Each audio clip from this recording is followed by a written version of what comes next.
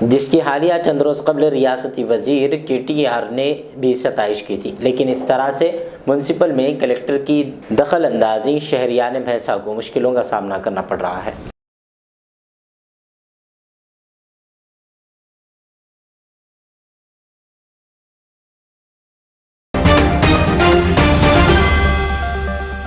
تفصیلی خبروں کے بعد ناظرین آخر میں پھر ایک اور بار سرخیوں پر نظر ڈالتے ہیں۔ اگر عہدیدار ذمہ داری پوری نہیں کر پاتے تو ان کی جگہ پارٹی کے نئے قائدین کو موقع دینا ہوگا۔ کانگریس اسٹیئرنگ کمیٹی کی میٹنگ سے ملکارجن کھڑگے کا خطاب۔ عصری سہولیات اور آرامدہ سفر کے لیے مشہور وندے بھارت ایکسپریس کو ساؤتھ سینٹرل ریلوے کے لیے منظور کیا گیا۔ ٹرین شروع ہونے کی تاریخ واضح کر دی جائے گی۔ ریاستی وزیر ٹی سرینیواس یادو نے کہا تلنگانہ کی ترقی وزیر اعلیٰ کے چندرشیکھر راؤ سے ہی ممکن ہے۔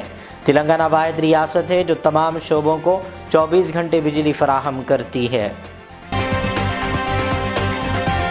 تھائی لینڈ کی طالبہ پر جنسی حملے کے الزام میں گرفتار یونیورسٹی آف حیدرآباد کے پروفیسر کو 14 دنوں کے لیے پولیس ریمانڈ میں بھیج دیا گیا۔ سرخیوں کے بعد ناظرین زیڈ چینل کو اجازت دیں۔ یوٹیوب پر ہمارے چینل کو ضرور سبسکرائب کریں، اسی طرح فیس بک پر بھی ضرور لائک اور شیئر کریں۔ اللہ حافظ۔ ریاض اسلامک اسکول تعلیمی میدان میں ایک نیا انقلاب، اسلامک اور ماڈرن ایجوکیشن کی عظیم درسگاہ۔